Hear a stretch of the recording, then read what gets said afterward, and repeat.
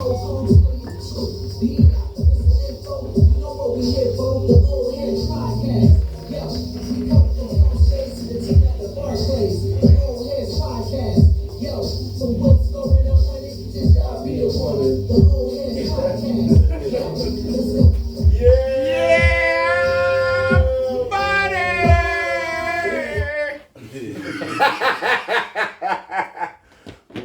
Headz episode. What episode is this, gentlemen? 117. A great day to be alive. We are back in the basement today. You got to scoot over a little bit, bro. And excuse me. Back in the basement today. We got a great show today. Of course, we're gonna be talking about So Rude.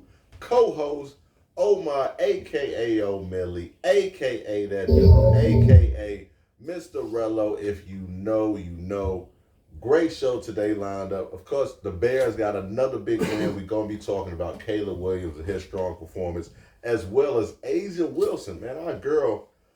Third MVP, man. Third MVP for Asia Wilson. We're going to be talking about where her season ranks amongst all-time basketball teams in USA basketball history. She had a phenomenal season.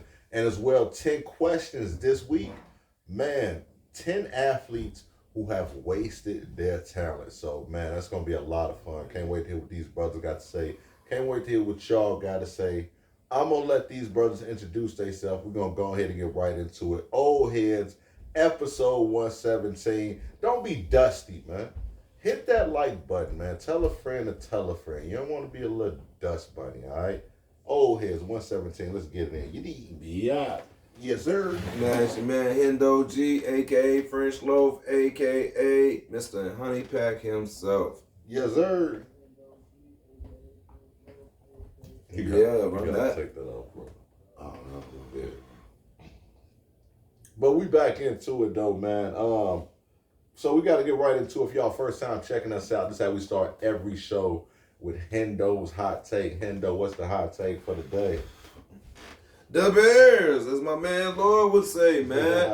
I'm taking all receipts and I'm laying them on the table as of right now, man. I told y'all, give this man a little bit of time and he would make our team look a calendar difference. And what has he been doing? Looking calendar different. But granted, we ain't really played nobody. So I'm not going to sit out here and go put it all on the line because we do have some challenging games ahead of us. But for right now, shit, we're going to take it as we get it. I told y'all, man, just give that man some time, let him work, man. Everybody's, oh, he's doing this. And just let him work, man. Let him cook.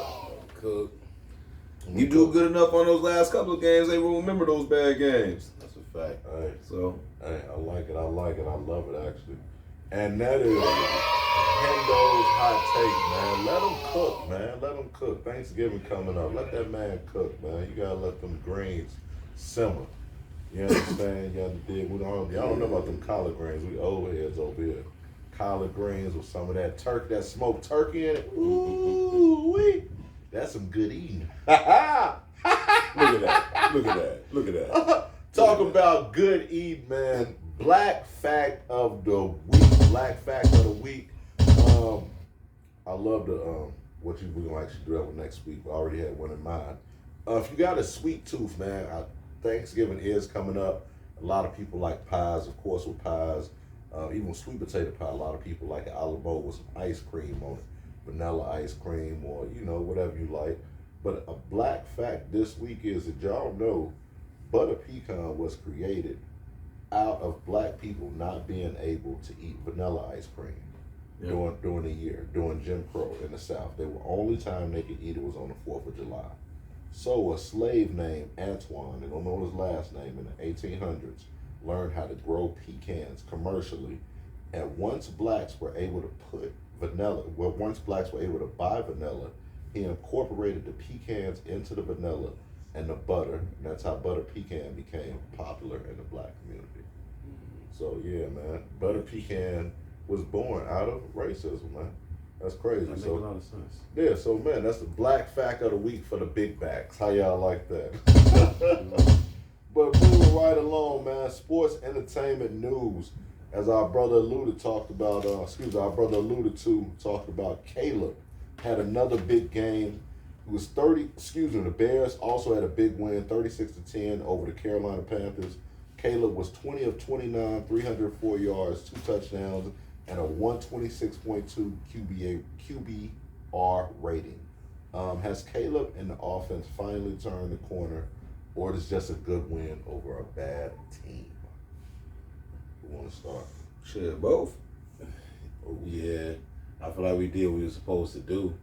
But yeah, the team was, wasn't even mediocre. They were suspect. Mm-hmm. So but we did what we were supposed to do though. We ain't beat them by 3 points, no shit, squeak it out. We did what we were supposed to do.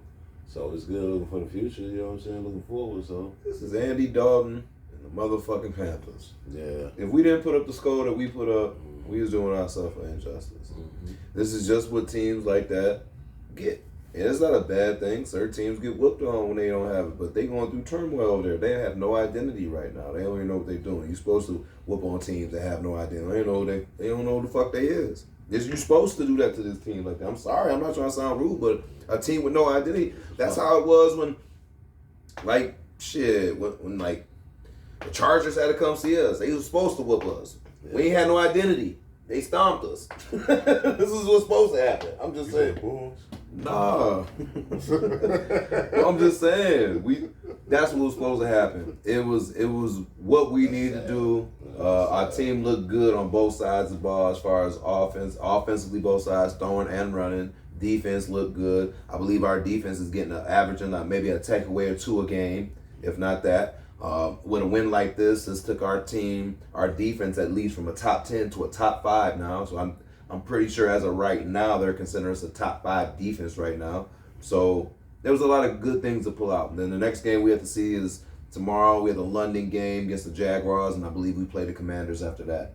And to me personally, the Commanders is our biggest statement game as of right now. That's a game that we have to come in there and we really got to shut down some things with our defense because they do have an explosive quarterback that is on a rise up, and it doesn't look like a lot of teams defensively have been able to stop him. So if we can squeak out a win on that one and perhaps make Caleb look a little better stat-wise or at least consistent, and we're talking about something, but I believe that'd be week 5.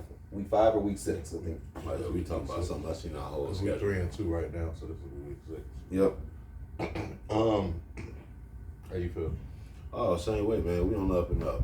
You know what I'm saying? I predicted before the season started that I feel like we at least on the outside looking in on the playoffs this year. We might squeak in. Hey, I'm looking at people's schedule.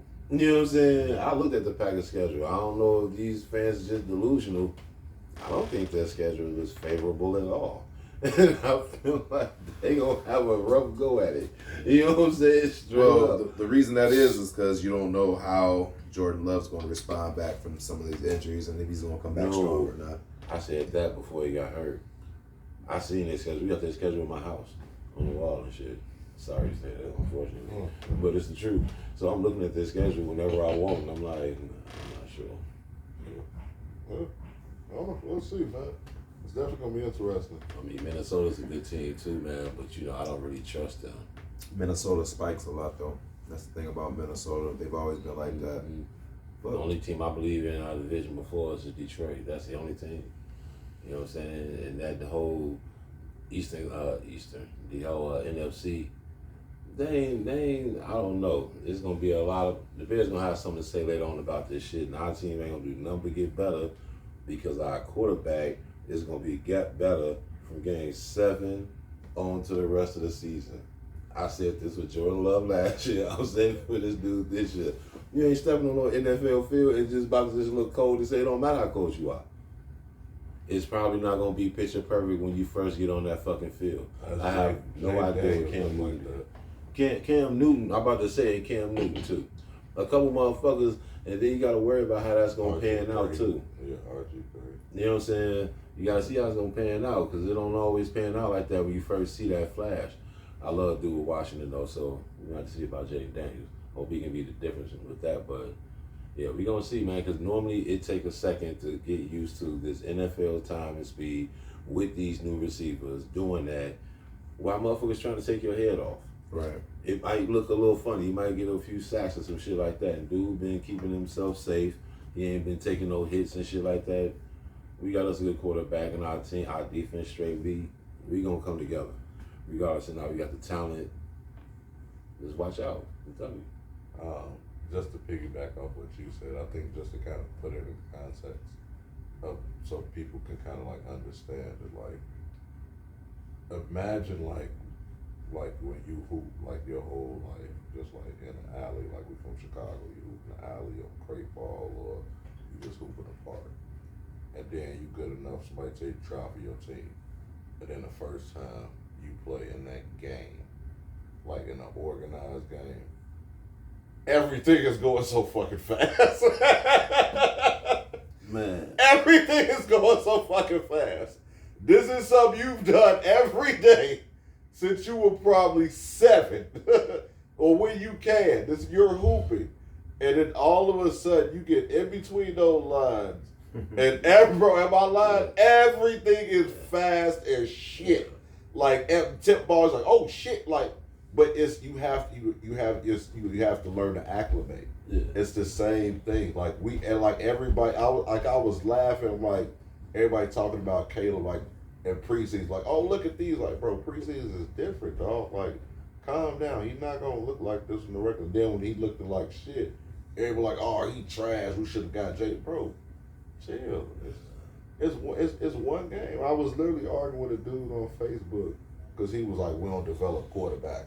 Look at Justin Fields, look at Trubisky. I was like, that would make sense if they went somewhere else and then they flourished.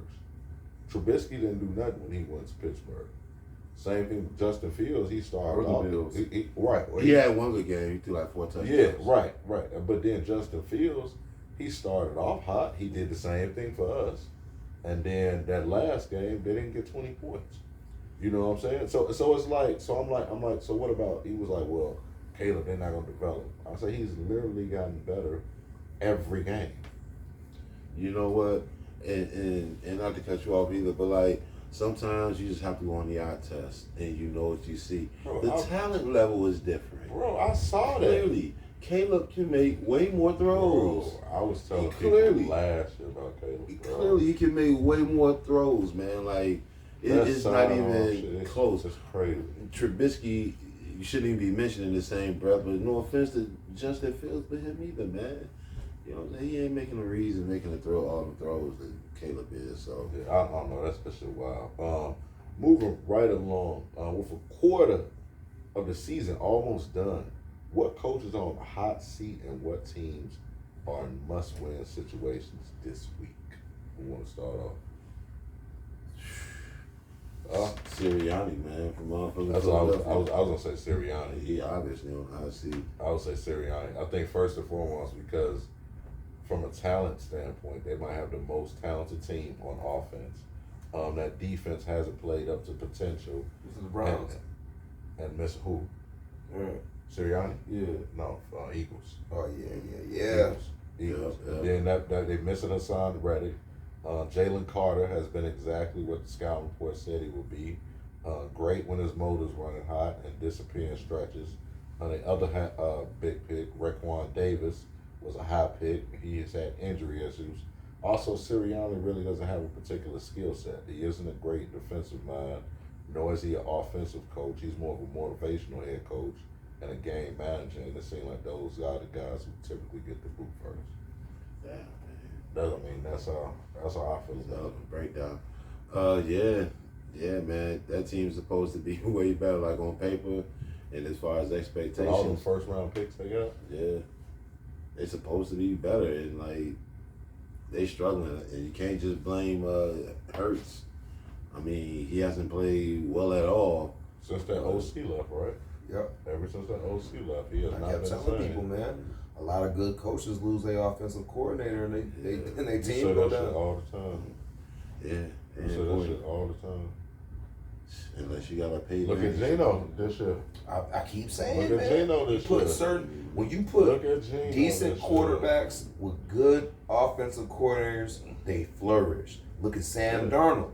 You put him with O'Connell. O'Connell know how to get that ball out that I don't motherfucker. understand why you just don't pay these. Same way you paying these head coaches, bro. I'm paying the head coach 4, nigga, I'm finna pay you 3. Because you pay a head coach, they bring their own people in, they work their system. Look like what Shanahan do.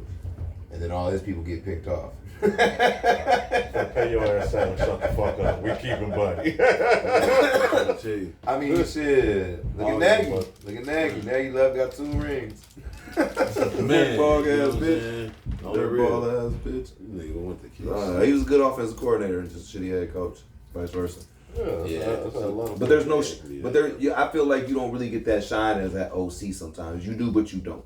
Not like head coach. So we said Sirianni. Who coach you think is on the hot seat? I got a 2-way tie though between mine because I'm gonna say the Browns head coach because there's just literally he's two. A good head coach too, I think. But he just not making the talent work out, and I think it's just Cleveland.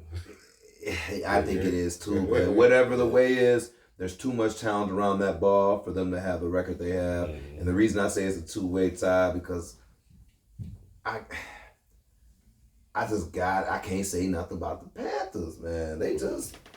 And they got a good head coach. And that's what really because it's not like I expected them to like have blowout games, but I thought they were going to be a little bit more competitive this year as far as what they were doing. And for them to bench Bryce Young, that was a super. I left a bad taste in my mouth, and I'm not even a Panther fan. I was like, what? To put in fucking Dalton? You should have benched him last year, let him sit and grow. Right. If anything, and then you should have never had him as a starter. And Did they study his growth? Yes. Yeah, yes. Forever. Yes. If this was the case, you should have let him know off back. Andy Dalton's was going to be the starter this year. He's just not good If enough. Andy gets hurt, then you'll come in, but we want you to sit behind Andy. We want you to read defense. He should have never gave the okay in the beginning coming out of camp that he had the okay of being a starter. Because if he fucks up, there's too much pressure on him to do bad. Andy done did bad, he done did good. Ain't no pressure on him. He's just like whipping this bitch around. But watching him whip that bitch around could be beneficial.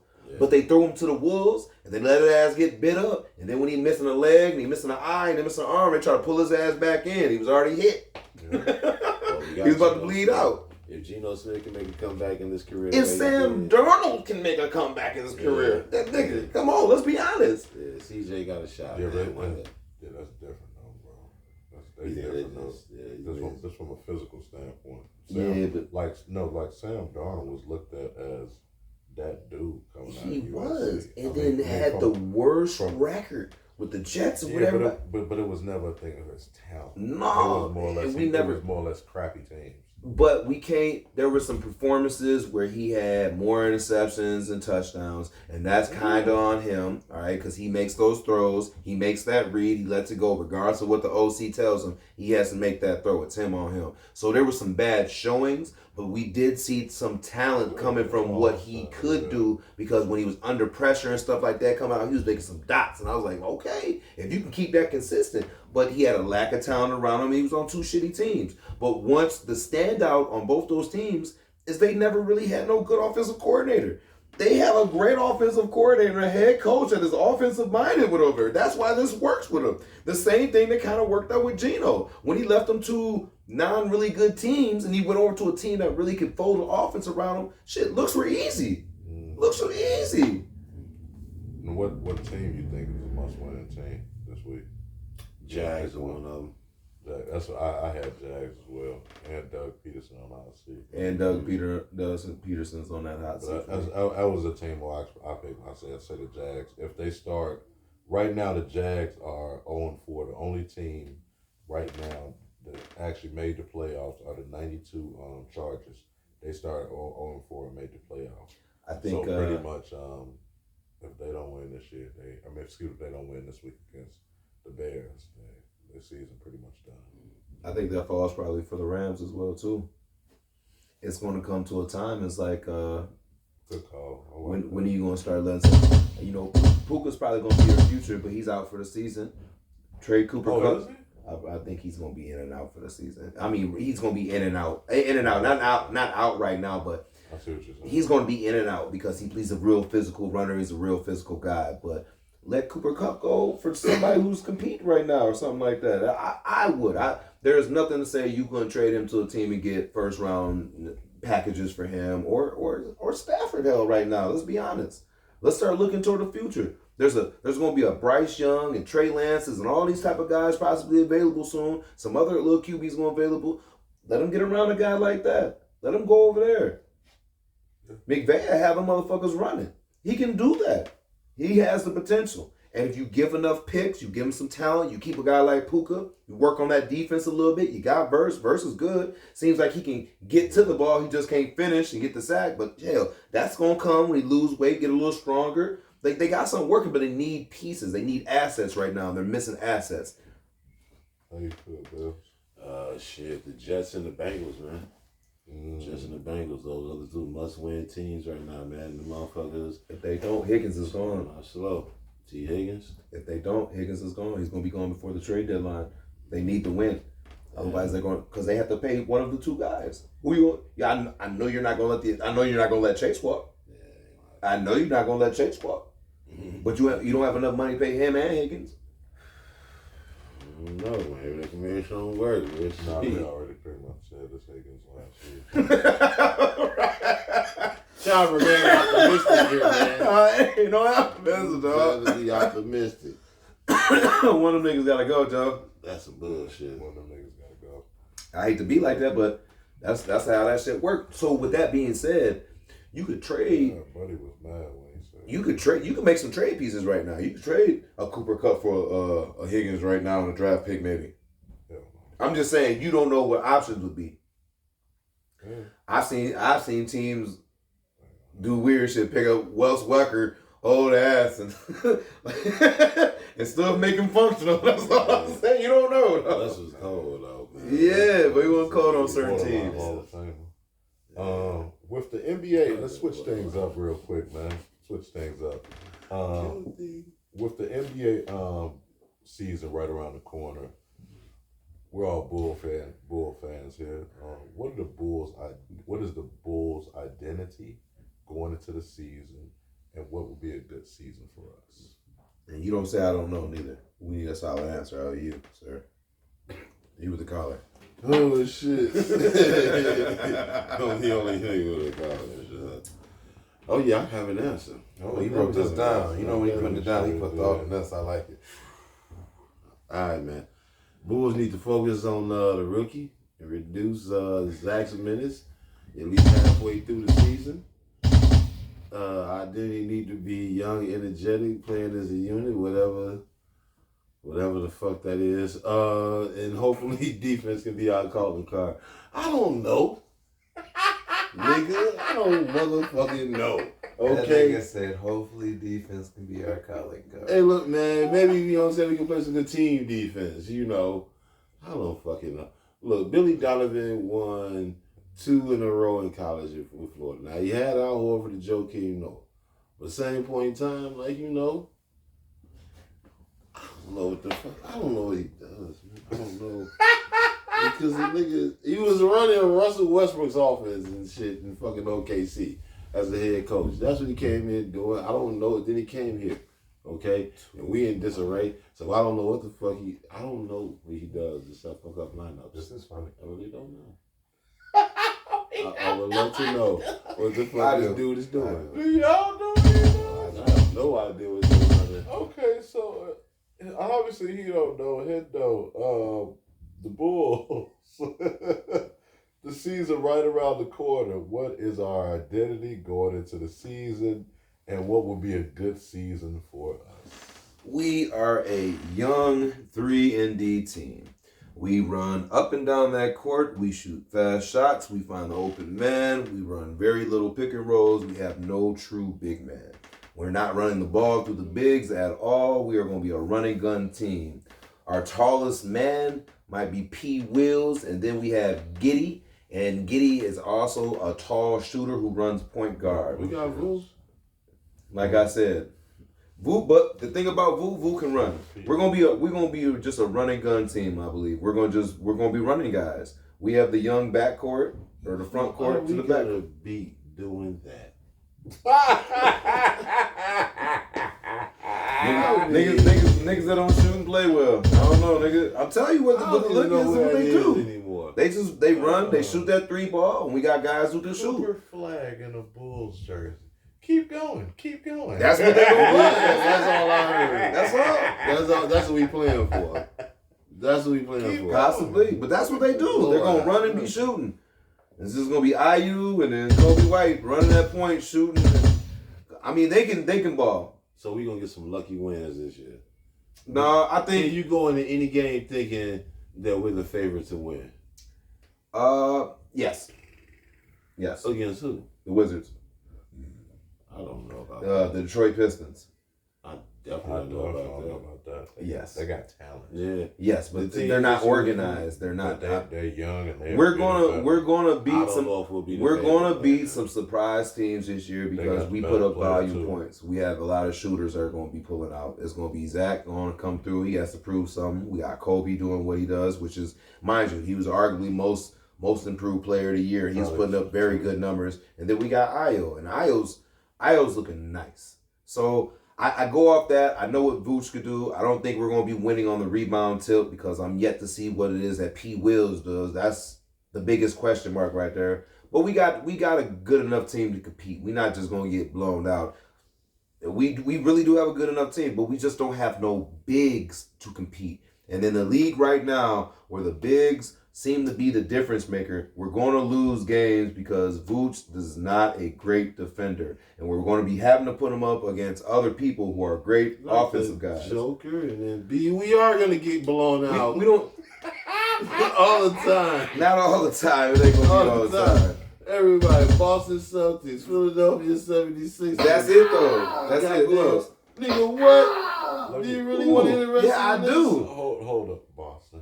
But hold up. Okay, but you're also talking about the New motherfuckers York. who won the championship. Of course they're going. They're motherfuckers. They're a real team. They have talent. Everybody wants Boston. Milwaukee. New York. Milwaukee's struggling. New York. Okay, I can put them up there. Milwaukee really is struggling. Indiana Honestly, Pacers. New York could be fine. they can get got. Minnesota. They can get got. Let's be honest. They can get got. Minnesota not even in the East, my blood. Let's say The Miami, Orlando. Orlando. We go toe to toe with them. The we really do. Cleveland Cavaliers. Okay, last year we beat them on their little Everybody beat They're Cavaliers. better, though. All right, I'm just saying. We also didn't have Zach LaVine Donovan back. Mitchell scored 70 points All right. on us. That was without Zach LaVine. 70 points That's on us. without Zach LaVine. LaVine not a defender. What was No, but he was LaVine staying in front. gonna do? He was gonna stay in front of that. And get 30 of those points. He gonna be Jalen Rose. Yeah. Against Kobe.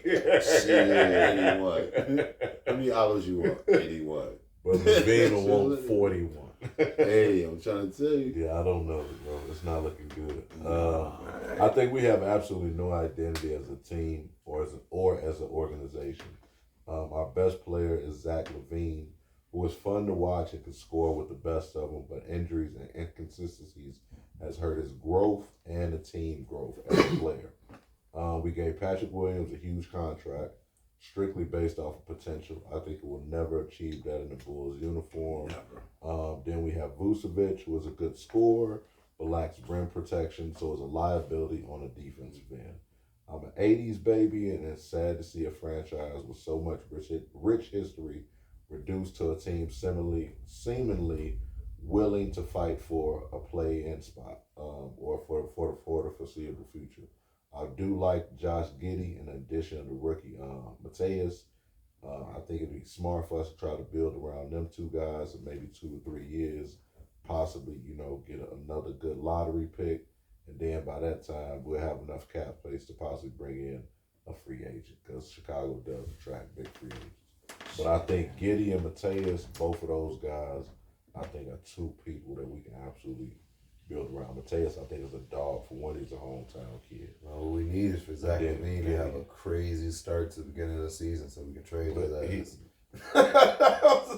That's what we need to do. We need him to work his value back up so we can trade him and get some actual assets. I don't think that would be enough. I don't think there'll be enough sample size. Now I can see possibly a whole season, but I think that would be what the teams would be saying is that he had a good 36 game stretch. But a team who will be struggling and would need that extra piece will pay top dollar. And we don't think the one thing that we don't hope and we don't pray on that does happen every season is injuries.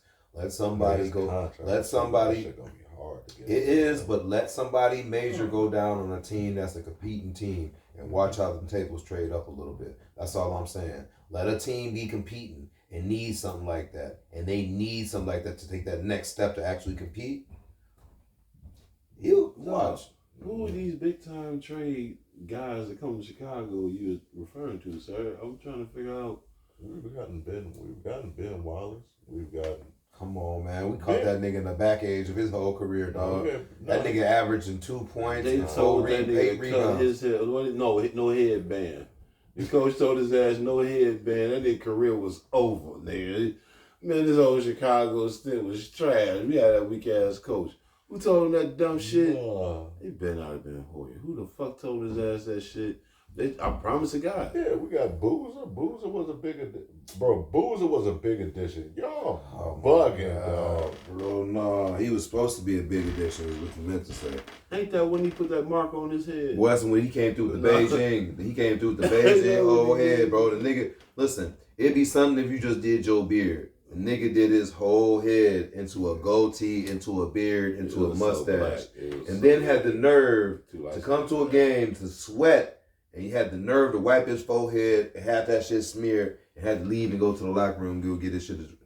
Man, get Carlos Boozer out of here, man. No, Carlos. When you say Carlos. a big time guy, though, I'm thinking, a Shaq or something. Oh, you mean like Rose or Noah or something? Yeah, Blue Wild Dang or a baller. No. Paul Gasol. Maybe we had Rondo or D Wade or something like that. Gasol, Paul Gasol, yeah. Rondo's coming down. D Wade. Yeah. We can attract. I feel like we can definitely attract a big time free agent. It is Chicago. These men cannot be trusted. Okay. You see how they trying to swim with me right now? These men cannot be trusted going further. The Spurs can do it, we can do it. Listen to me. Spurs can do it, we can do it, goddammit. No, man, he can't be a homer to that extent, man. We just thinking that Carlos Boozer is a catch. No, he's not. He is. He was supposed to be a 20 and 10 guy, which he was. What he was supposed to do and what he ended up being was something different. And with the version that we got him wasn't a version that was in Utah. He wasn't no difference maker. He was when he played in Utah. When he played for the Bulls, he was not. It was the same thing. Utah, he was a difference maker. Exactly. Same thing. When he switched jerseys, he switched playing styles. But that's what I'm saying though. He was a big time free agent when we got him. He was supposed to be the same. He was supposed to be the player. Stop saying big. He was decent. Yeah, man. Like, if you just say like we got some guys sometimes. What? Carlos Boozer was an all-star. One of the most One fucking time? all-stars ever. Paul Millsap, I think, was an all-star once. So right, because he did some all-star shit we that gotta year. start talking about the Gauskis and these niggas, those all-stars around LeBron. When y'all trying to say Bergeau. he drugged them to the He finals. was hurt that year. Tristan Thompson. Was he all-star one year? I think he was. Bron drug his ass in there one time. I Was love he? football guy. I think he was like coming off the bench type shit type. Who? Tristan. Yeah, I think he was. Yeah. That's what I'm telling you. He drug him in there. I'm pretty sure he got one. He was the best offensive rebounder in the league Right. for like at least 2-3 years. It was looking before, blank as hell at the All-Star game. Like, how am I Steve here? Adams. Before Wild. Steve Adams became the best offensive rebounder in the league, it was actually Tristan Thompson for a couple years. That's wild. LJ was a great offensive rebounder too, especially for his size. But moving right along, man. Talk about let's get negative and get rid of that negative energy. Despite the negativity surrounding LeBron joining the Lakers, where does this rank amongst LeBron accomplishments? Despite the negativity surrounding Bronny joining the Lakers, where does this rank amongst LeBron accomplishments in the NBA? I say tie with number one for him. You know what I'm saying? Honestly, I mean, it's that and being a scoring champion. Mm-hmm. You know, the longevity is dope, but both of those longevity you can attribute to both of those. The amount of points he scored and playing with his son. So you really don't have to mention the longevity when you mention the two of those. You know what I mean? But like playing with your son, man, like the only motherfucker we seen doing that was King Griffey Jr. That was a whole different sport where you can last longer because it ain't that much wear and tear on your body, first of all. But then second, they weren't playing for no championship. I mean, I ain't saying that LeBron, they're about to play for a championship. You know, they didn't last year. They wasn't in the finals or They nothing. playing for a championship. But yeah, they you know what I'm saying, they got Mid-season. championship aspirations. No, mid-season championship. This nigga, he got the in-season tournament. Yeah, mid-season. I mean, but yeah, it's a hell of an accomplishment, man, just to be on the floor that motherfucker long. You know what I'm saying? The optics crazy. You said amongst LeBron accomplishments, Bronny playing in the NBA. 3. Ring gotta be the number 1. The ring is the ultimate goal. You know, like, none of your compliments really mean nothing. You don't really get a ring sometimes. What's number 2? With Jason Terry. No, number two is hitting that lifelong achievement of most points, easily. You know what I'm saying? Because that locks you into legacy. Yeah. You know what I'm saying? A ring puts you in there, knocking out something like a accolade or achievement, anything that locks you into your legacies now. You know, some people just got rings. That's it. Some people are scoring champs and got rings. Some niggas are 3-point champs and got rings. Some niggas are defensive staples and got rings. Like, there's a reason. I put rings 3. And then I put Bronny there because that's a feat that we've never seen any of our people do any of that. Any of the greats that we've ever seen get one of their kids in there and play long enough to see one of them kids get in there. Basketball. Because a lot of them niggas are getting in like college or high school and stuff like that. And it ain't like they dropping a kid right then and there. They usually waiting a couple years in drop it. So that means you gotta wait until the motherfuckers turn. That's 18 or 20 years in the league. That's tough. Yeah. That's tough. Yeah. And he the one nigga that could do it though too because he had a head start. He came in at 18. Right. And you can only get away with that, but you can only get away with that if you're coming in from high school. You can't get away with that. You know what I'm saying? You know what I'm saying? That's something you can't. 3 years. Like certain stats are like something that we can't do nothing about. Like we won't be able to. Nobody will be able to hit that stat no more unless they had a kid already when they was in high school type shit. You understand what I'm saying? It was you can't hit that stat no more because by the time you're getting out, you're probably already playing ball. You don't got no kids. So you're already in college. Then you got to go through your 2 years. So now you 20. So by the time you do get to a kid, you 23, 24. You can't do. You already short 6 years almost damn near. Yeah, you sure. Yeah, you see that 6 year makes a difference. Yeah. Because you're not hooping in your 38th and 35th and 36th year sometimes. You like, shit, this knee hurting now. Sit this shit on down, man. I got close. I went to the finals once. We ain't win it. But shit, I ain't going to make it. Like, Pops, I got 3 years. Like, shit, this knee ain't got 3 years. This knee got 3 days. I got one more game. Y'all watch that new Netflix special with LeBron and them, the Starting 5? No. That motherfucker LeBron do some everything. This motherfucker buy that nigga gonna last. This motherfucker got hyperbaric chambers. He got them one joints that just apply. He spends $1 million a year on his body. Yeah, dog. That's the best investment you can do. Yeah, he be doing everything. That nigga's for tough, man. He built the last. You know what I'm saying? Except for growing hair on his forehead. Whatever. You can't do everything. You gotta take one recession. You gotta take one recession back. It is what it is. That's what I said. I think for me, You gotta go ball. That's when he gonna win everything. When he go ball. Ball head, LeBron gonna be a demon. I think for me, as a father, I would say this ranks right up there. I would say maybe 3rd on my list of his many accomplishments. The scoring record for me is 1. His 6 straight trips to the finals on different teams and 10 appearances altogether is 2nd. And then 3rd for me would be, I think I would have to considerably agree that whether you agree with nepotism or not, being able to play with Bronny in the NBA is absolutely amazing. I think it's a testament to be able to play at his age, a testament to his longevity. And this record I don't see being broken up. Very few players have played 20 seasons. Only 10 guys have ever done it. I think the only way this record gets broken is if a young man will have a kid, say at 16 or 17, and then possibly I think that would happen. But I see that being, like I say, far-fetched. So I think, man, it's a huge Anything's possible, though. Anything's possible. Anything's possible. And then you got Jason Taylor. Anything's possible.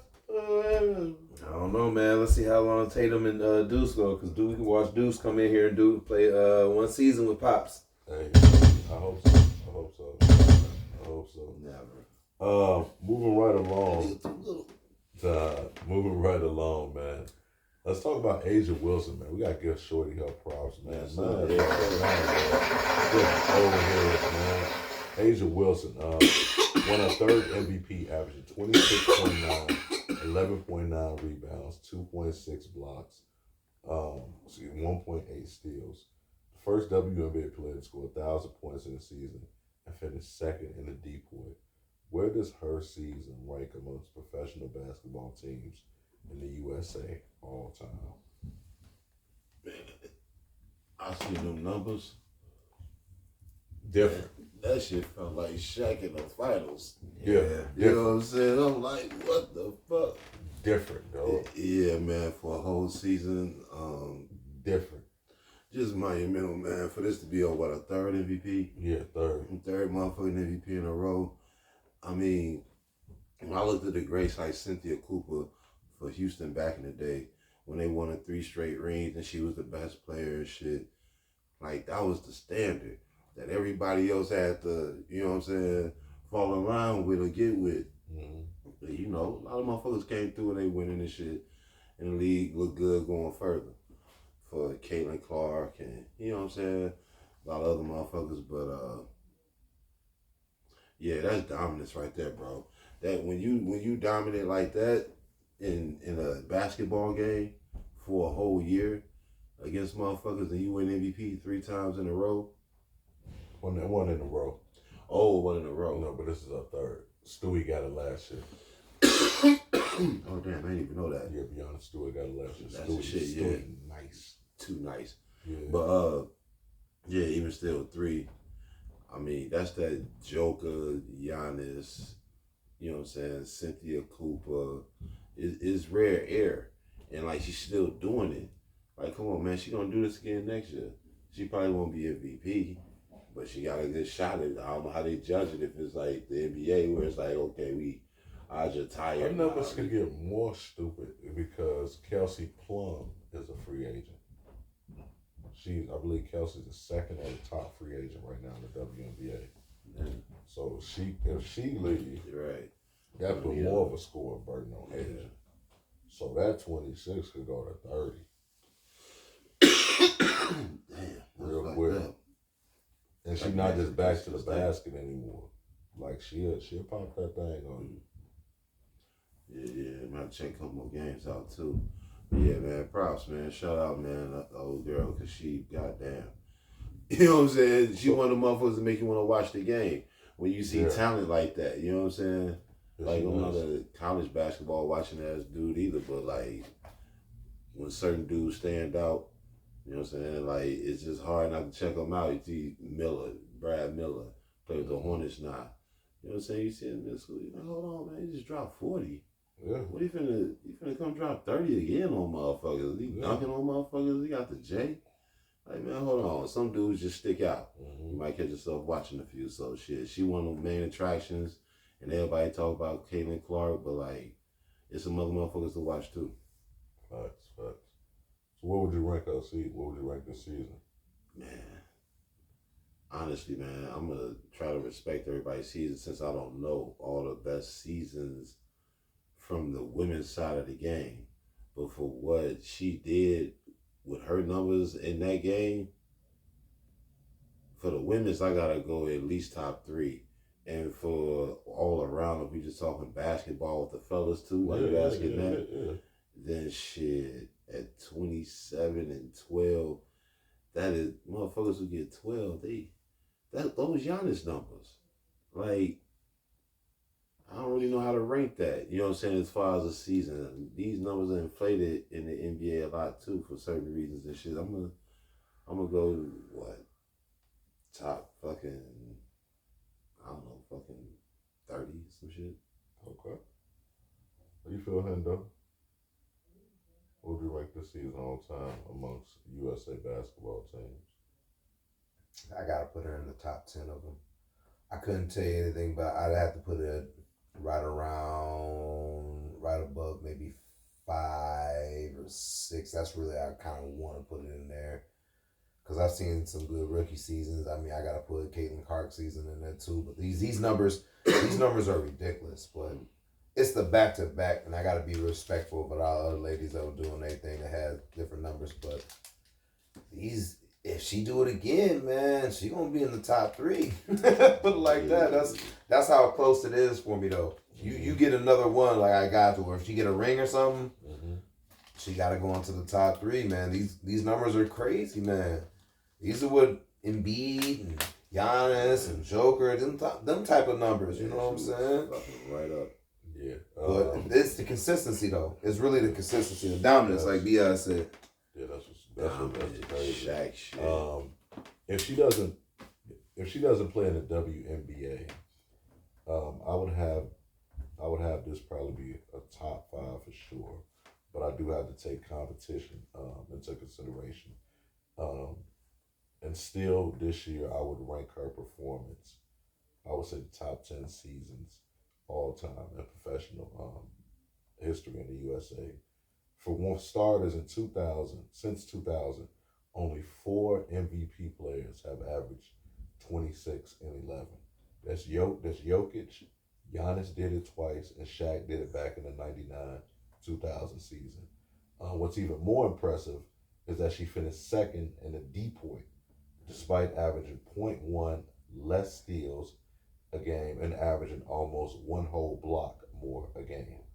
The closest would be Shaq, prime, but Diesel wasn't averaging almost 2 steals a game, along to go with the rim protection. I think in hindsight, her season will go down as the greatest individual season by any woman in WNBA history. I think you could make an argument this season could go even higher on the list if you look at her team. If you look at her team, did make the conference finals, and with a healthy Chelsea Gray all season, could have very well be hoisting her 3rd championship. Would have for sure, I think, made that a top 5 or top 6 greatest basketball seasons of all time. So I think a lot of people forget about that. Chelsea Gray is the best point. A lot of people looked at her as being the best point guard in the WNBA. She was hurt for the good first half of that season. I don't know if I don't think she was really the same even coming into the playoffs. But I think with a healthy Chelsea Gray, they could very well be in the NBA. They could very well be the WNBA finals right now against the Lynx. So, hey, I say top 5. Top 10. But man, if she could have won that trophy, I'd say 5 or 6. I don't think people realize in order to score 1,000 points in a WNBA season, dog, like you are hoping, and the fact that you throwing shit every night and you getting steals and you getting assists, like that's hard, bro. That is hard. Something else that is hard, man. Hey, don't be dusty, man. Hit that like button. Something else, second segment. Travis Hunter, switching things up here a little bit. Travis Hunter right now is a favorite to go number 1 overall in the NFL draft. Is that too high for a player who doesn't have a true position in the NFL? I really want to hear what y'all got to say about this. My opinion is I feel like that shit is for going high, those high picks, to me, O-line and quarterbacks. You know what I'm saying? Because you got to snatch up the motherfuckers you really need to maybe change your team. And a lot of times that's O-line or maybe a pass rusher. You know what I'm saying? It really depends on what your team needs. But those are the main 3 things. Somebody to protect on that left side. If you can get somebody to protect this motherfucker, or somebody to rush that motherfucker, or you might need the motherfucker. You know what I'm saying? But like those are one of those 3 for me. So I would say no on those type of dudes, but I know y'all watch the game more than I do, so I want to know what y'all think as far as how good is the dude. What do you want to go? Hell yeah, that's too goddamn high. I ain't got no fucking position. I don't know what it is the fuck you do. You know the niggas got mad talent, do a bunch of shit, but that's the first overall pick. Motherfucker, do you understand how heavy that first round pick is for any motherfucking team? Yeah. That's weight. For you to say that you the number 1 pick and you don't have no true position, we don't know if you a wide receiver, a running back, a quarterback. We don't know what the fuck we picking up. Teams ain't going to just pick. That's like gambling on Devin Hester, not knowing he fast, he good like that, but getting him with your first round pick. You don't know. It could have been a bust. That's like getting Cordell Patterson as your first overall pick. You don't know what the fuck he do. He wasn't no first overall. Yeah. I'm just saying, you have no true position. He's the type of dude, he's going to go crazy at the combine. He's going to put up crazy numbers on the combine numbers, all types of shit. But teams are still going to pick his ass up 32nd. He might be in the first round, but his ass is going to be number 28. That motherfuckers ain't looking for that shit right now like that. They are looking for what you alluded to. Hey, quarterbacks, wide receivers, running backs, defensive monsters, then everything else. Lineman, whatever. You looking for the best player at this thing. It don't matter what. If this is the best lineman at this point, get him. If it's the best D tackle at this point, get him. The best safety, corner, get him. He gonna fall. And everybody gonna be like, oh, he gonna go number one. No, he not, because teams are gonna be looking for something else. Now, depending who get the number one pick, we'll know off back. We'll know exactly, whoever get the number one pick will know exactly as hell. Let it be somebody like, hell no, they not getting it. Let it be the Texans. Hell no, they not getting this nigga. For what? For fucking what? What if it's the Miami Dolphins? Yeah, man, they might get that nigga. I don't know though. I don't know. They seem like they might make a mistake. But you tell me the Browns. Too many teams, they're not good. They've gambled their whole career, so I don't know. They've gambled their whole franchise, so that could be a possibility. They had 50 quarterbacks in the last 5 minutes. I'm talking about. He's in the last 5 minutes. These niggas. I'm done. These niggas make bad. But I can't see it. It's gonna be a pass that gets picked up. He gonna be sitting in that motherfucking suit. However, what a nice suit that he gonna have. Him and Dion gonna be sitting at that table for a long time. That's what's gonna happen, because there ain't gonna be no short moment. They're gonna be sitting there looking. Then they're gonna be at the crib looking. They're gonna be like in the crib looking again. And that third round gonna come around like, Sanders. Oh shit, Washington. They gonna have Washington those pieces on the table. Third round 28 pick. Washington Commanders. Like, yes. Yes. That's how it's gonna happen. Not happen like that. This ain't gonna be there. Natural ice cans over here, dominoes pieces. Like that. They're gonna be caught off guard when they finally dominoes. When it finally happen, they're gonna be caught off guard. Like, oh shit, they he said, "Keep your hands over." You know what I'm saying? Have you seen him play? No, basically no. He's amazing. Okay. Yeah, I know he does. Amazing. I know he does. But it's I seen you a just little don't. bit. I just can't remember what I said. It's not for a lack of talent. But it's just you have to designate a true position. I overstand that, but I'm just saying he's different. Yeah, it's not like it can't be just it can't just be that like where he doesn't necessarily have like a position, because it's not like he's not necessarily a Devin Hester. Where Devin Hester was, you could put him in at wide receiver.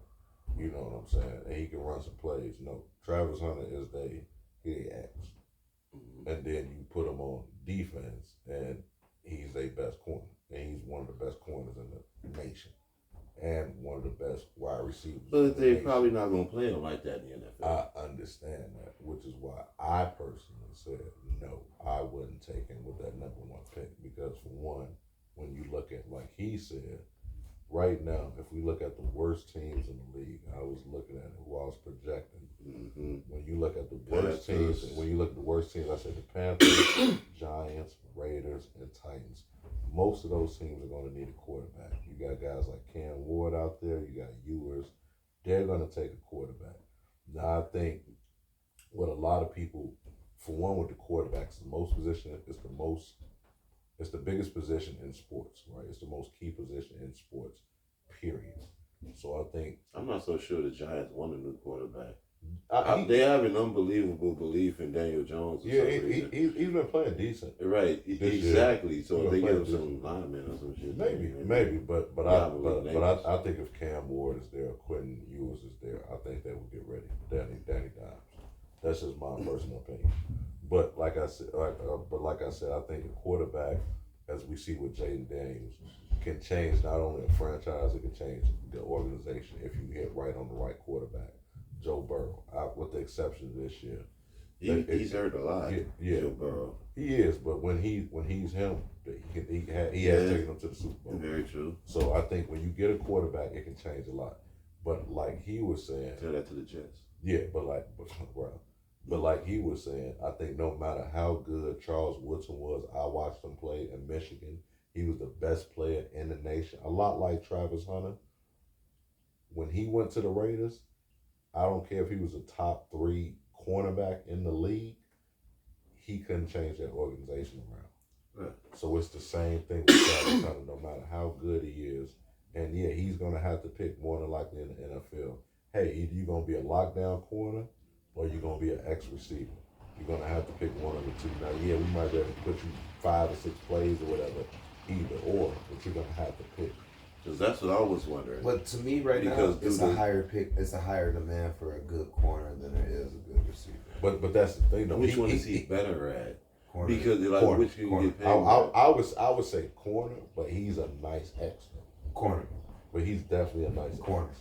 So he has to declare as a corner to me. That's it's cool that you have the hands, but there's a higher demand for good corners than there is wide receivers sometimes. If you're good. He gonna fall into that Debo problem.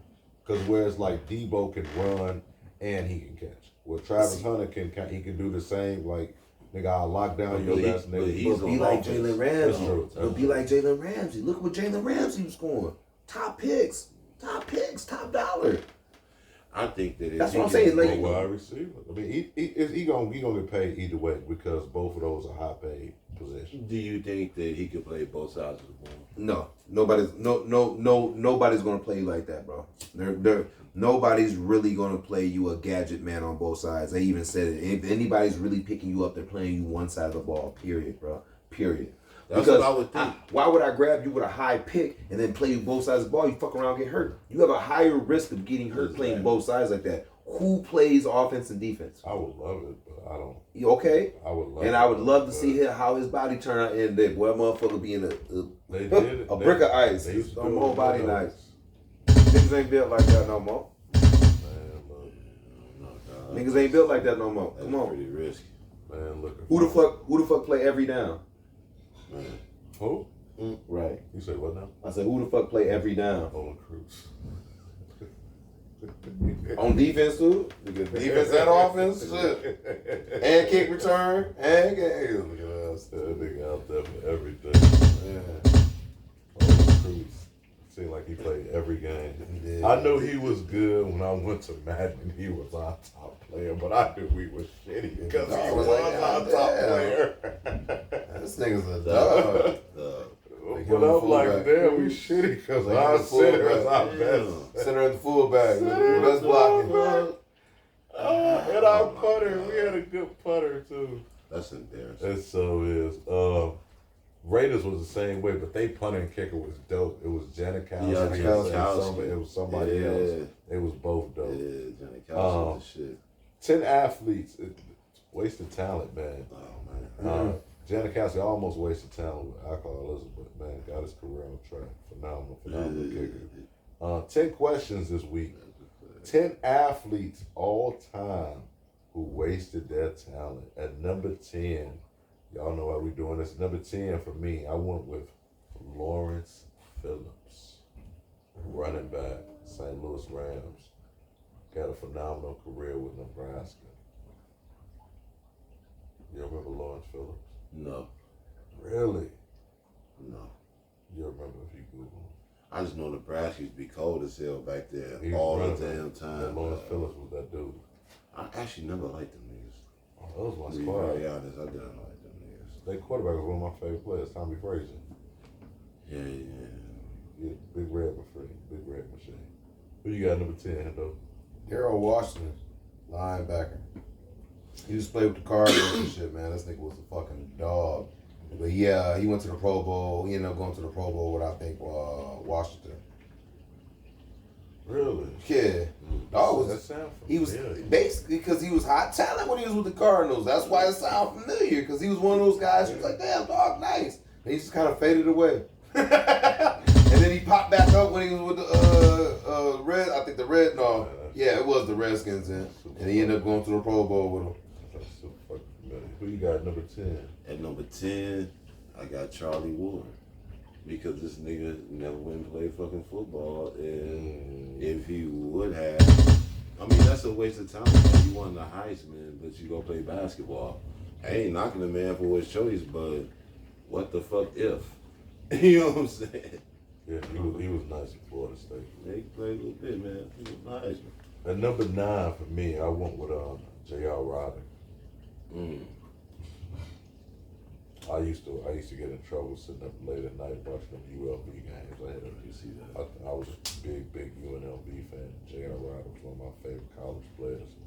Actually led the nation in scoring. One of the few college players who averaged 30 a season. Man, he was a dog, man. J.R. Roddick. Same thing with the NBA. People forget how good he was, man. Okay. Who you got, Hendo? I never thought of that. He had a lot of talent. Yeah. Hernandez. Ooh, Aaron Hernandez. Let's not forget, minus all the off the field shit, when he was on the field, that man was Hall a of Fame. dog. Yeah, Hall of Fame. A Him dog. and the Grun were going together. Yeah. Dog. Straight up, they were going together. Wasted talent right there, dog. I can't say no more, man. That shit crazy. Yeah, he was on Hall of Fame trajectory. Nigga. He was a dog. Easily. Run over you or run from you. Easily. P.B. Kirkland, man. Ooh, less boy than 2 chose- games, yeah, man. That boy chose the hustle instead of motherfucking playing ball. Ooh. That nigga turned down the contract with the Bulls, though. Yeah, he said Nigga, that's it some wasn't bullshit. enough money. That's some bullshit, man. Hold on, man. Wasn't enough Not money. wrong for that, bro. Don't play with us, man. Fuck this shit. Hey, number 8 for Hustle me, too. I went with Stanley Robbins. Okay. Yeah. If y'all don't know who Stanley Robbins is, go check him out on YouTube. He was the other center that played with Shaq at LSU.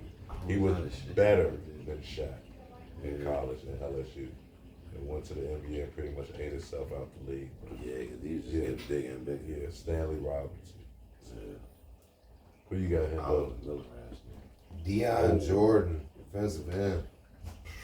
I don't know if y'all remember. So dog. much talent out of Oregon. Yeah. Out of Oregon, I thought he was gonna be a dog. Nigga, he was nice.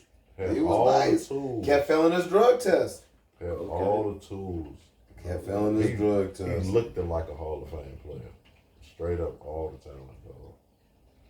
Who you got? Man, I'm going Lenny Cook, man. Lenny Ooh. Cook, man. This motherfucker's supposed to be better than LeBron James and Melo. And after the last game, he beat Melo at the ABCD camp. He beat Melo. And in the last game, the championship game, he lost to LeBron. LeBron hit a game-winning 3. The niggas was down 2.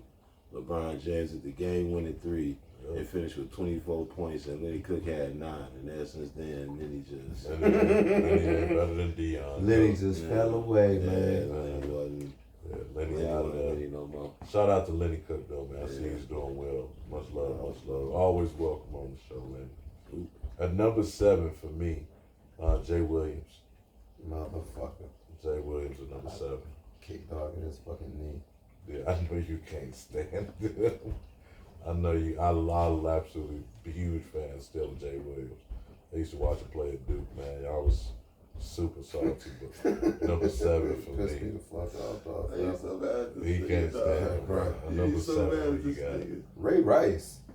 I love that. Ray Rice, man. Yeah. That's Yeah. beyond dog. Yeah. You want to talk about somebody who was on a trajectory of doing good? Yeah. That man was on the right team, had the right coach, had the Yeah. right quarterback. He just needed the moment. Oh, man. Yes, I like Fuck that. that. That's a great fucking call. But number 6 for me, I had to Hold go. on. Do we? Oh, my fault. Number 7. Who you got? We on 7? Oh, you on 6? No, you on 7. Right. I thought I was still on 7. Yeah, yeah, you on 7. Yeah. I'm going Raymond Lewis, averaging 38.9, shooting 69%. I don't know if that's really his fault though. When you look at the He got black ball. I would say he got blackballed. That's a Yeah. great fucking pick though. That's a great fucking. A lot of people go look at the Raymond Lewis documentary, man. That would open your eyes, man. Yeah, I think you actually told me about them. Yeah, Watch nice. that shit. Yeah, that shit nice. Number 6, Josh Gordon, Cleveland Browns wide receiver. Oh, man. Dog couldn't stay off the weed, man. You stay off the weed, man. Yeah. Stephen A. going in on his ass for about 2 months. Yeah. He became a meme. Yeah, Josh Gordon. Man, he was putting up some crazy numbers. Yeah, That nigga was nice. Who you got here, though, number 6? Marcus Vick. Damn. You want to talk about some wasted talent? This man was a little bit bigger than his brother and could throw just as good as his brother. But this nigga had a temper way worse than his brother. Way worse. I'm talking about motherfucker came up tackling him. He got up, kicked him and stomped on his hand. Then they kicked him out the league. Then he was on vote. Yeah, he was a right hand too. Dog, he was nice, dog. Yeah, he was right, but he was nice. He was a little bit bigger than his, like taller, weighed a little bit more. He was just as fast almost. I say he probably about like maybe a second off, but man, he could get it. You want to talk about wasted talent? Yeah. Shit. All right, I got a weird one. Mm-hmm. Larry Brown. Okay. Larry Brown, 64 Olympic champ, 69 ABA champ, 3-time ABA All-Star, 1-time ABA All-Star game champ. Led the ABA in assists 3 years in a row, 23 assists in the game. He never played in the NBA. Wow. But yeah, Larry drugs. Brown could actually play. Oh, wow. Didn't even know that nigga even played basketball. Wow, that's Straight hard. up. That's dropping down. Number 5 for me, Adrian Broner. A lot of people forget how talented he was. He was supposed to be the next Mayweather. Adrian? Adrian Broner was uber talented. He was supposed to be the next Mayweather. What happened to the nigga? All I know him from is talking a whole bunch of shit. He was kind of like Luther Vandross curl and never curled over. Yeah. So that's kind of what happened to Adrian Broner. Yeah. Too much party. When Mayweather, he didn't understand Mayweather will party, but then jog home, and him partying is him looking at girls and drinking water. Well, Adrian didn't get the memo. It was the partying and the drinking the bottles and kicking it and not going to the gym. Yeah, he talk a lot of shit like he be drunk. Yeah, he do be talking cash. But when he was young, like he was that nigga. He was knocking motherfuckers out. That makes sense. Now how did he get to this point? He had a better camp. We switched camps when he got different. All types of shit. Go look at his YouTube. Like young Adrian Broner. No, he was supposed to be that nigga, bro. Okay. He was supposed to be that nigga. I fuck with boxing, bro. Person I seen him, man, if you like another dope YouTuber, I like too. Person I seen, you remember person I seen, though? Bro, niggas come on HBO, bro, and dance for like 3 minutes. Literally, bro, dance for like 3 minutes. I mean, I seen the clip of some shit like that before. I see a nigga go dancing. looking, bro, hilarious. He You ever get knocked out real quick after you did all that dancing? I seen somebody dance like a motherfucker, and I seen him get knocked out. He's got knocked out, but he didn't dance and knock a lot of motherfuckers out. Person I seen was that nigga. Who you got here, though? Number 6. Oh, excuse me, number 5, excuse me. Johnny Manziel. I like that. Yeah, that's really good. I like that. Johnny, when he want to play, he could play, man. But I just think the partying and losing the real, spirit for the game and shit like that, you just like, fuck it, dog. Like, whatever. I'm partying with Drake. I made it. I made it. Whatever. That's how you do that motherfucker too. Whatever. He was living fast as hell. Fuck it. Yeah. He was living too fast, dog. Yeah, he was. Can't respect that. I'm gonna Number go 5. Ricky Williams, man. Mm. That nigga should have definitely played motherfucking football. I love that it. Nigga's tripping. I love it, Ricky Williams. That's tough. That is tough. At number 4, Jamarcus Russell. I was trying to remember that nigga's name, dog. Jamarcus How Russell. tough it is. That's how much of a nobody this nigga is. I couldn't even remember the motherfucker's name, dog. He had all the talent, Yeah, huge man. arm. Was probably like 6'5", something like that. Built like a tank, and kind of just ate his way out the league. I think they got him one time when they asked him did he watch the tape, and it was a blank tape, and he told them I watched. Yeah. They're stupid too. Top it off, nigga. You couldn't even turn the tape on and just be doing something else and shit. And check out a couple other plays, and some niggas is nothing. God damn. Well, fuck, man. Just dumb too. You know. That's all you got to do before. Justin Blackman. Great pick out of Oklahoma State. Yep. Out of Oklahoma. Couldn't stop drinking. Couldn't stop drinking. That's a great pick. Could not stop drinking. I think he was like number 10 overall. He was a stud. He was supposed to be a stud, bro. Coming out of Oklahoma State. Yep. He was a dog. He had some wheels on him. Yeah. Strong as shit, too. Who you got, Biz? Shit, man. Number 4. Number 4, man. I'ma go Earl the Goat, man. That motherfucker there with the hops. Sitting there like the 42-inch vert or some shit. Yeah. Yeah, man. He was a legend, so I just had to throw him on the list because he ain't been in the league. A few more niggas. Yeah. Number 3, I went with the GOAT, too. Earl Manigault. Okay. If y'all don't know about Earl Manigault, go check out the movie with Don Cheadle. He put a dollar on top of a backboard. This guy was like 5'10" at best, and would go up and get the dollar and leave change. True story. True story. Yeah, like stupid hops, man. It was a great player. Earl, rest in peace, Manigault. I had him at number 3. Hendo, who you got number 3?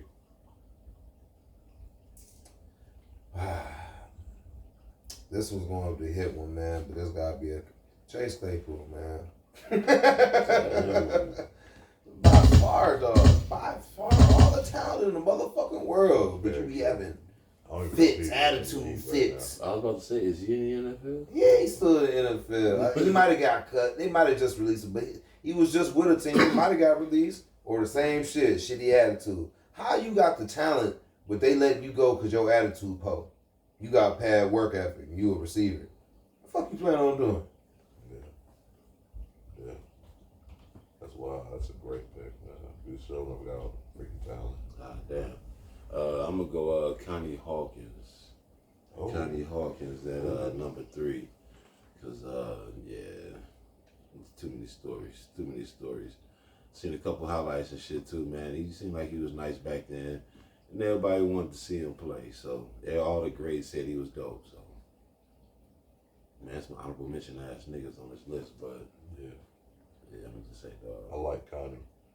Number 2 for me, I went with Josh Hamilton, Texas Rangers baseball.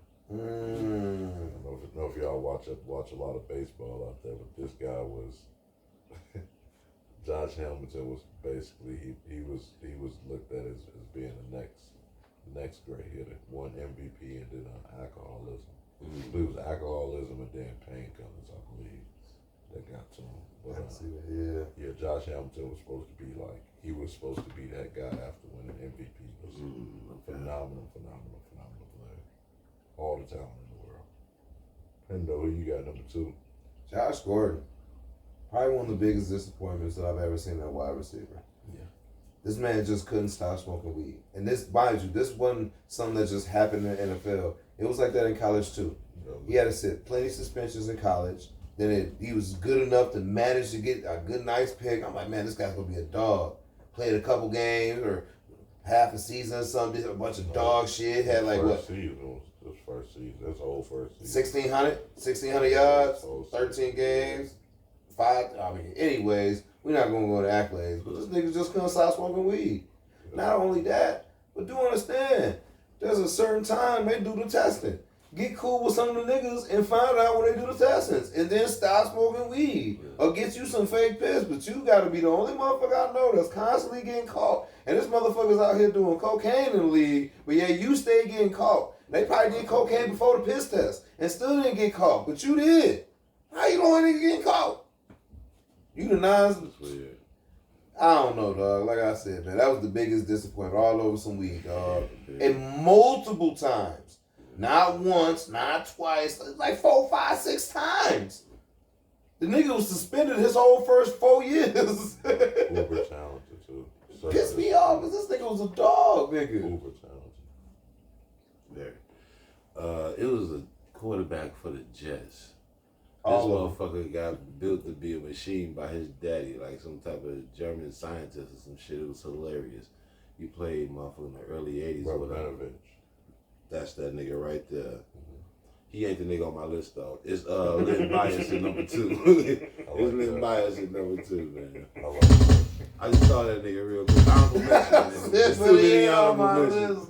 Hey man, it's too many honorable mentions, man. But that was fucked up, man. Shit, dog. Talent. That shit didn't work out. Yeah, That shit didn't work out. And number 1, because he didn't want to play football. He was just doing it for his dad. Mm-hmm. And number 1, actually, Aaron Hernandez. Yeah. Okay. Yeah, I want Aaron. Dog was a stud. Yeah. He was. Him and Gronk would have went down as he the ran greatest like a tight killer. end He combo of all definitely threw time. that shit away. Yeah, that's sad. Hendo, you got number 1. Bro, man, go. Okay. The biggest story to be untold, man. We never know, man. This nigga's bounce would have been legendary. The things that man would have did in the league would be untold of. Nigga jumping over niggas. Like, he could been Scott, bro. They'd have pictures of him. Like, they'd have pictures, like, you know how they got pictures of Mike Duncan all over motherfuckers that not there? They would have had action pictures of, like, him, dog. Looking like 2 niggas looking down. Like, come on, man. You'll never know what them house. Dog could have been jumping from the free throw line for real with ease. They said he said he was a jump over cars and shit. Yeah, they say that. But if he would have went to the league, we would have seen that. That's different. I feel like we've been cursed a non-blessing. Hook Mitchell too. I forgot about Hook Mitchell. Yeah. Hook Mitchell. You ever heard of Hook Mitchell? Mm-hmm. What? Nah. Bro, look at the documentary. Hook Mitchell. Or look him up, bro. Hook Mitchell, bro, out of Cali. What's my man that was with the Lakers when they won but couldn't stop drinking and using dope? Ooh. No, he couldn't stop drinking. He was with the You talking about that show. Leave him alone. No, but that's what it was. They said he was drinking. Haywood. Yeah, Haywood. They said he was using. But a lot of people say it though. Know what I'm saying? He talked about it. Right, that's what I'm saying. He talked about it. I've actually listened to that interview. Wow. I can't remember who it was. These ain't rumors. It's facts. Who you got? Number 1, man. I'm going Benji, man. Old school Chicago shit, man. It wasn't his fault, so that's why I didn't put him. Right, man. That's sad. Yeah, that's definitely sad. That talent got wasted. It wasn't by him. The guy, you know, the guy that actually killed him turned his life around, and then he helped kids. Yeah. Which is ironic but dope and stuff. It sucks that happened like that. Right. He learned. At least he learned, bro. I can say at least he learned. Well, some people who didn't learn, we gotta tell these people what's happening. Oh man, trade yourself. Trade yourself. This is how we end every episode, man. We normally try to keep it with I'm not even gonna say him anymore. That man got Parkinson. So we normally try to keep it with sports figures like Mike Malone, the Denver Nuggets head coach. You know, people like that. You know, somebody bugging. You know what I'm saying? It could be your kids, your wife, your uncle, your drunk uncle. You know, the one that's talking about they're eating cats, they're eating dogs, they're eating them all. You look at them dead in the face and say, "You, sir, ma'am, don't cuss them out. Say you need to trade your goddamn self." B.I., who need to trade their damn self this week? You know, I actually had a little turn and a little different feelings. I was gonna do a shout out. Okay. You know what I'm saying? But now I'm finna just go off the cuff. You know what I'm thinking? You know, Bronny sucks. You know, Bronny is a very bad player. You know, he's not good. You know, I don't know if he's even good enough to be in the NBA. He's undersized. You know, there's some athleticism there, a little bit of quickness, but there's no playmaking ability. There's no outside shooting. There's no finishing in the lane or any proof that this dude can run an NBA play. Shit. I'm just not sure if he's, you know, really, if he qualified. You know, like, it's just, you know, it's, I believe in that. If you was to give him a 2K rating right now, what would his 2K rating be? Oh, Lord, don't ask him. mercy. Fuck. It gotta be in the 40s. What? It can't be any more than 50. Am I tripping? What he deserve to be 60 or what? Based on what does he deserve to be 60? Bro, for him to be a 44, like You start at a 60. nigga, Oh, he started at 60? You gotta start at a 60. nigga. Then he's about a good 65 Nigga, across the board. 65. he don't even have a face. It's just a silhouette. Yeah, and the hair sticking out. You see, you know what it is. Yeah. What have you seen? what athlete have you seen that you'd be like, oh, well, he got to be at least a 75 on that? He had a chase down. Ball the block. handling? No. I'm not. I digress. I don't have nothing to say. Who need to trade themselves this week?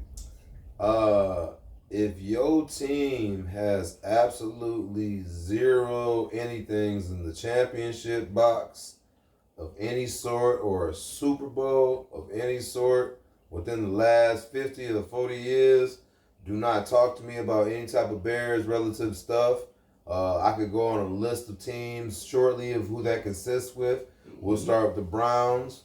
You can't tell me shit. You ain't won shit since Jim Brown, 68. List on there is also the Jets. Don't get hyped up because y'all ain't won shit since whenever. Jaguar fans, Viking fans, my bad, not Dallas. Lions fans can go on that list. Texans fans can go on that list.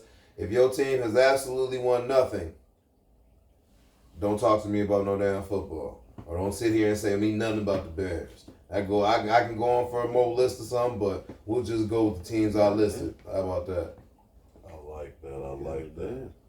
And who need to trade themselves this week?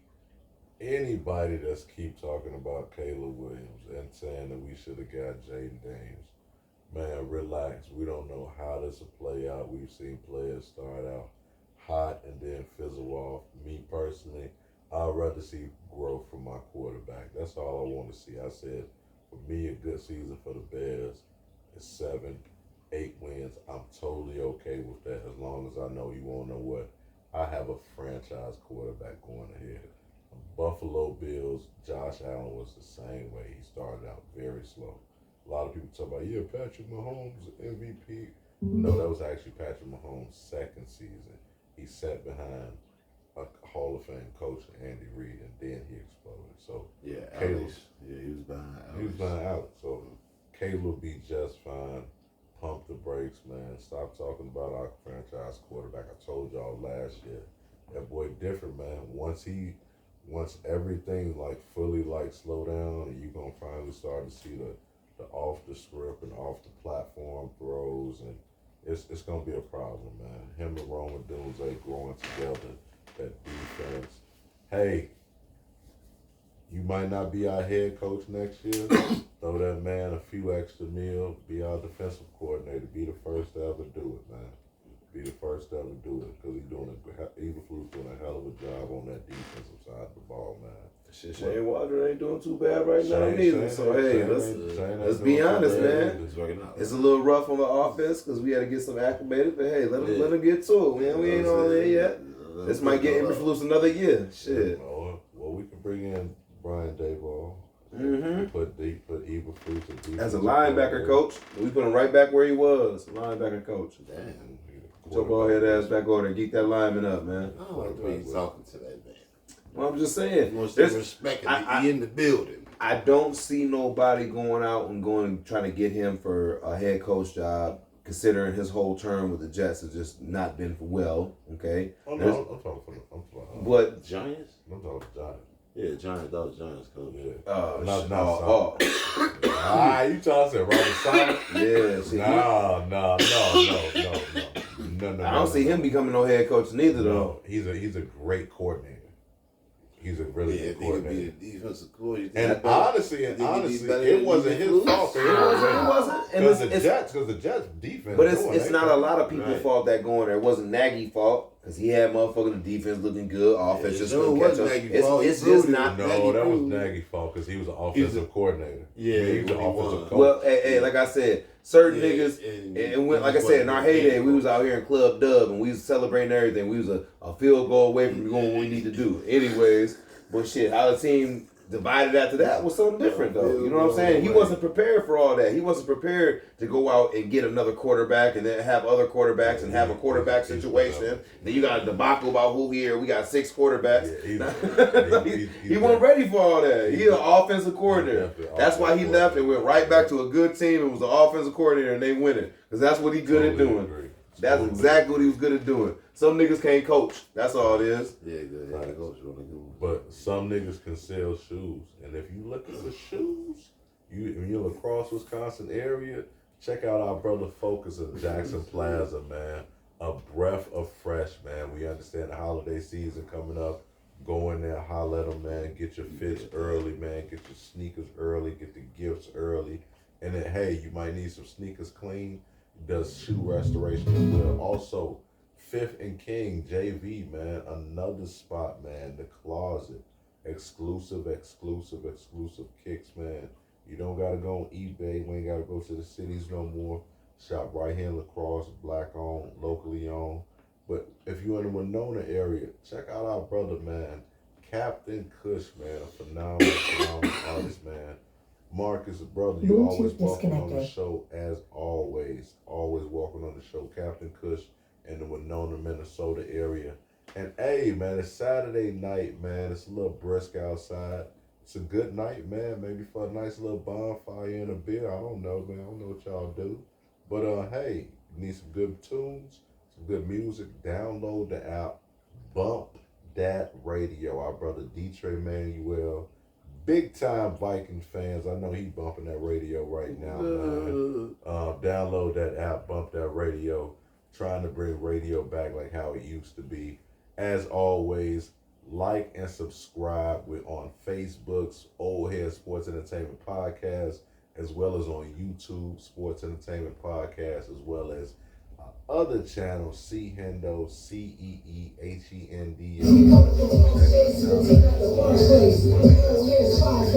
Check us